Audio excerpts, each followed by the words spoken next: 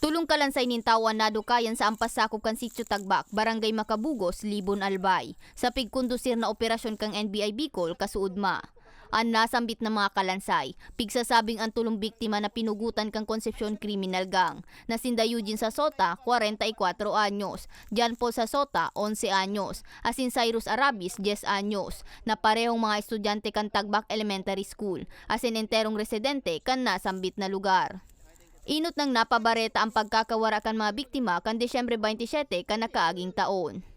Sigun sa investigation agent na si Attorney Jess Jimenez, tulos sindang nagkasaring operasyon, makalis na makarisibinin impormasyon pasado alas 10 nin aga kasuudma, na may nahiling na mga kalansay nin tawo sa nasambit na lugar. Tulong oras man ang binaybay kan operatiba antes na makaabot sa nasabing barangay. Dangang pag-abot sa lugar, digdi na nakumpirma na inian mga nawawarang persona sa banwaan, base naman sa mga suulot kay ning gubing.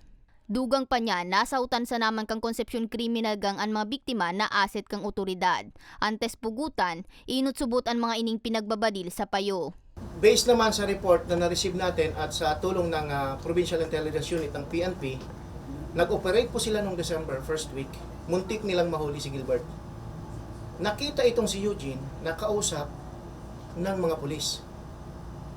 After that incident na nakatakas si Gilbert, nag-aalit siya. Biniltahan itong family while nagkokopras. Kinuha ito ng grupo, pati yung dalawang bata inakyat doon sa bundok. Doon na nila huling nakita.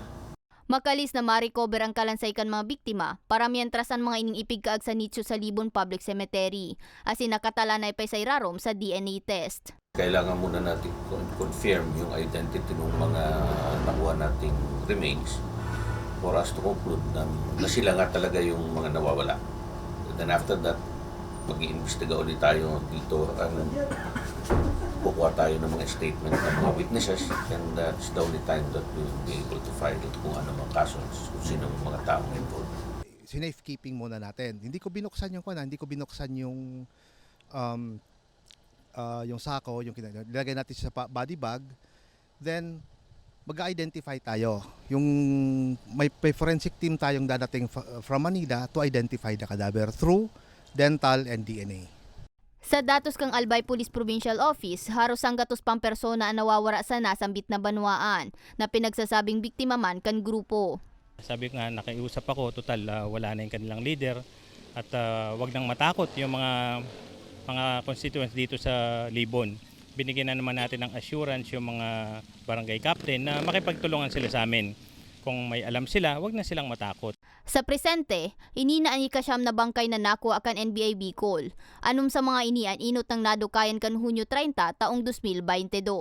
Para sa mga baretang Tatak Bicol, May Arango.